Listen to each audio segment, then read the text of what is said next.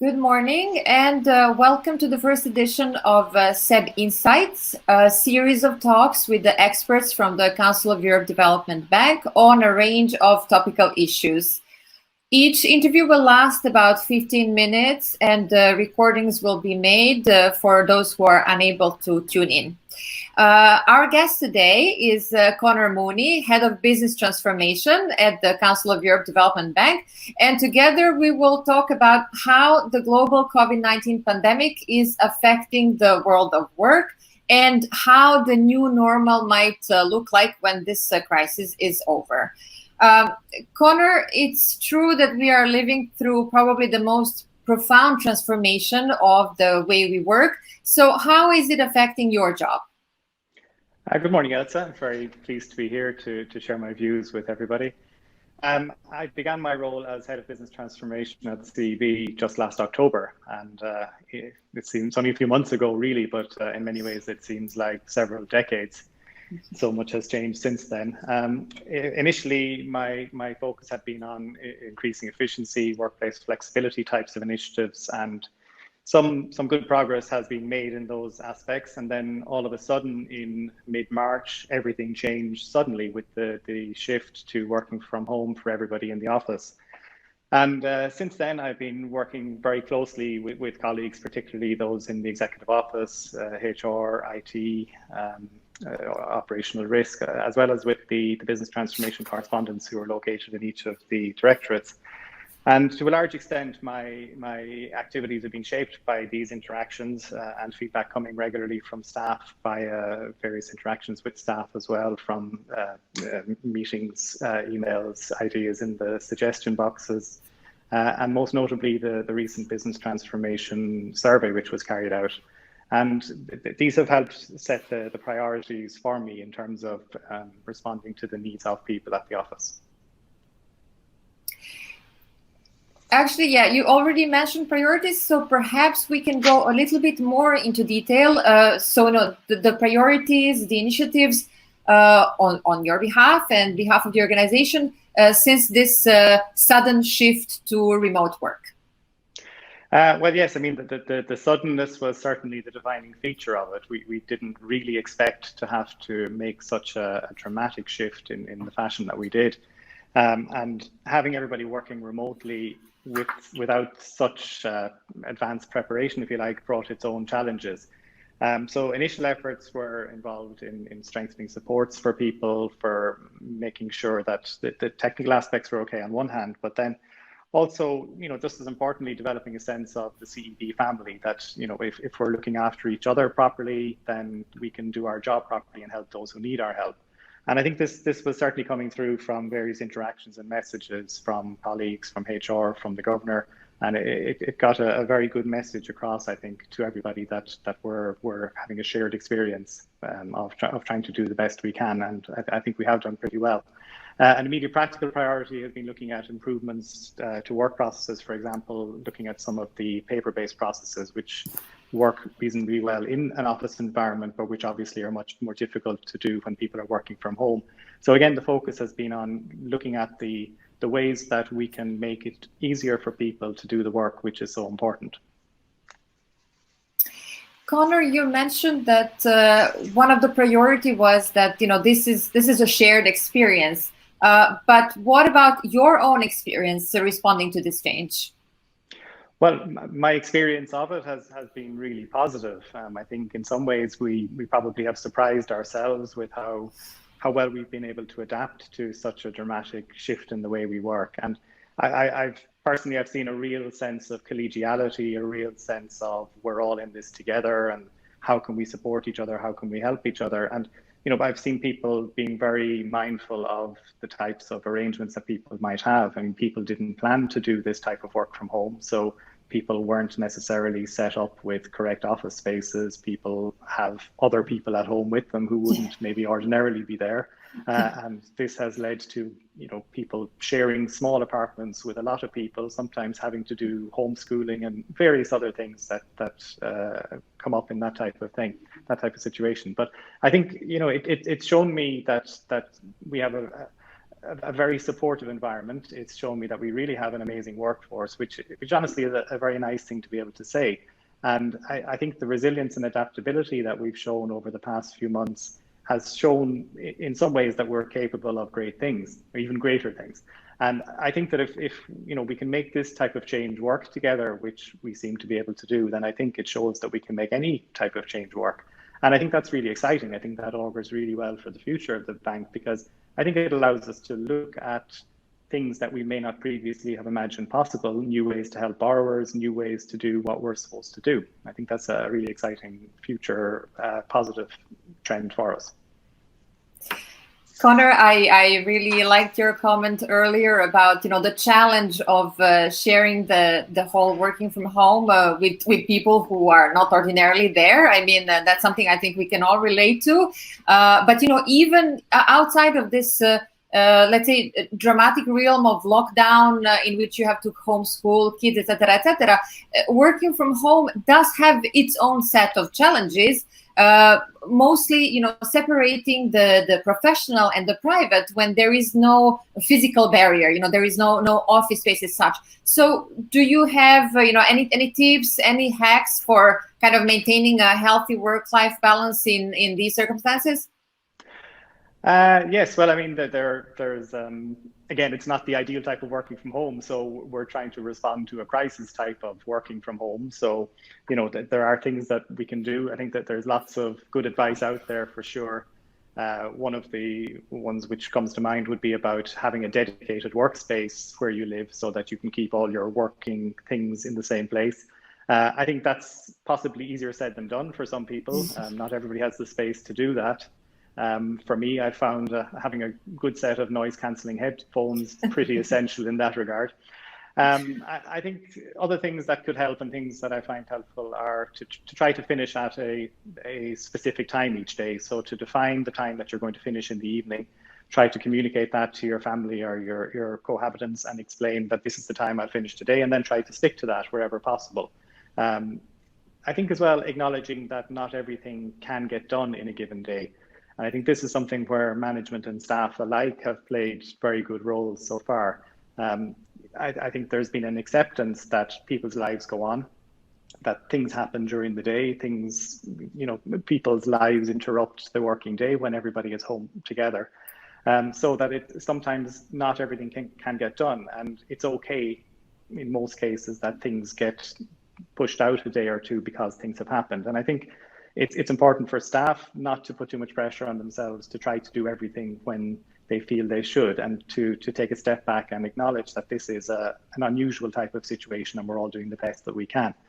Other specific things that have worked for me, and it's just my experience, but creating a sense of habit, a sense of routine to the working day. So I try to go for runs, and then when I come back, I set out what I'm going to do in that particular day. So I list the to-do items which I'm going to get done.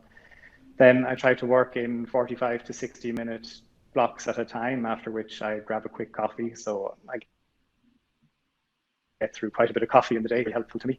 And then towards the end of the day, I try to make sure that the to-do item list that I have is at 0. So ideally that's with everything completed, but more often than not, there are some things on that list that have to get put off to another day when I have other availability.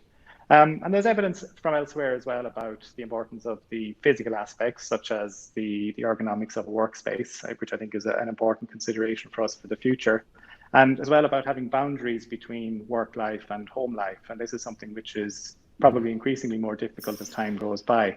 And I saw an interesting quotation recently where people were wondering, are they working from home or sleeping in the office? And I think this is something as well which was borne out in the recent staff survey, where we need to be able to make a distinction and allow people to be comfortable saying this is the end of the workday, now the home life starts. And I think these are the sorts of things that we need to think about as we begin to consider what the new normal might look like in the future. Conor, these are really some excellent tips. But let's take a step back, take a little bit of a bigger view. So how do you think this current crisis is going to affect us? Is the return to the former normal possible, or is this radical digital transformation in fact the beginning of a completely new normal for all of us? Well, I think on one hand, there's a certain amount of normality, thankfully, resuming here in France. So people are able to get back to a degree of normality, albeit with certain constraints, which are probably going to be there for the longer term. I think thinking where we go from here, I think we've shown that we are able and willing to work flexibly and with agility. And I think that's a skill set institutionally that we probably didn't think that we had to the level that we have. And I think it's important that we capitalize on that and make sure that we nurture and develop it and make the most use of it. I think certainly while COVID-19 persists, we have to rethink various ways about how we work, such as, for example, the office configuration and how many people are in the office and how that's organized and so on and so forth. But I think thinking maybe more globally, again, this is certainly an opportunity for us to reconsider maybe the way we think about certain aspects of how we work, specifically the value maybe of physical presence, maybe with our borrowers on site on their projects related to the loans. How can that be augmented and supplemented perhaps by virtual missions and meetings that we could organize and that we're now skilled and adept at? So I think it's about trying to combine the best of the old with the best of the current, or the new, if you like. Conor, you mentioned that here in France, where we are based, things are slowly coming back to normal, and we see the same trend elsewhere in Europe. So perhaps now is the right moment to think about the post-crisis period. So for you, what would be your priorities and some of the initiatives that you could share thinking about the after crisis? Well, right now the priority is to see how can we lock in some of the positive changes that we have experienced and be mindful of some of the less positive experiences. And to do that, we need to look at really how we work. We need to look at the processes that we have. We need to eliminate non-value adding processes. We need to streamline things. We need to look at our workspace. How can we make the best use of that, and so on and so forth. And the recent business transformation staff survey gives some good insight in that regard. This survey was undertaken in mid-May, so it was some 9 weeks, I think, after the start of the confinement, the lockdown period. So I suppose the initial teething difficulties at least had been ironed out at that stage. And it gives us some good indicators as to the way people were feeling at that stage and perhaps are still feeling now. Some interesting figures: 85% of staff feel that working from home, even with the current constraints that people have at home, is a more positive than negative experience for them. And together with that, over 93% of staff feel that they're able to work at least as efficiently, if not more efficiently, at home than if they were in the office. And I think these are amazing figures for people to feel, given particularly that so many people are working in less than ideal conditions at home.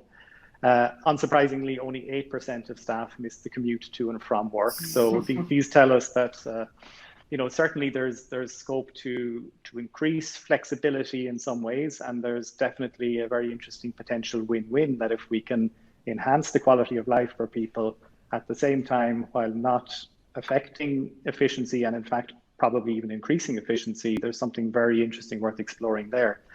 On the other hand, there are things, of course, that staff miss, and this is the other side of the equation, is how do we balance that? And for instance, 62% of staff reported that they miss social interactions with their colleagues. So despite the electronic tools that we have for that, which are working really well with people having virtual coffees and so on, quite a significant majority of people do miss the actual face-to-face element. So I think this points towards the way we're now trying to look at what is the best solution, what type of hybrid should we be looking at in terms of maximizing or optimizing the amount of time that people spend in the office and then optimizing the amount of time people spend elsewhere and finding the sweet spot between the two. Another aspect that we're looking at the moment is to see how can we adapt better to future shock events such as this. Because if we can adapt better to these types of events, then we can respond better and we can respond more pressingly to more urgently to our borrowers' needs as they respond to crises such as this. And it's important for us as a bank, as an institution, the CEB, our history is being at the forefront of human rights and humanitarian crises. We were established some 64 years ago as a crisis bank to deal with the refugee crisis. And this is our raison d'etre. This is what our staff are expert at, and this is why we remain an important part of solidarity in Europe.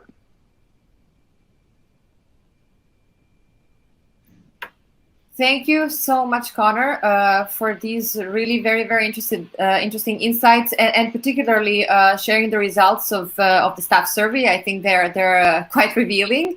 If I may sum up our conversation, it seems that the priority now is really to lock down all the positive changes that have happened over the previous period of several months. These changes may have been brought upon by something quite dramatic and something imposed, but there's a lot of learning to happen there, particularly in how to preserve that flexibility and that agility that we have shown in this period. How to go on with the streamlining the processes and the way we work, and I suppose also how to maintain that shared experience and that amazing sense of collegiality that you had talked about earlier. So thank you very much once again.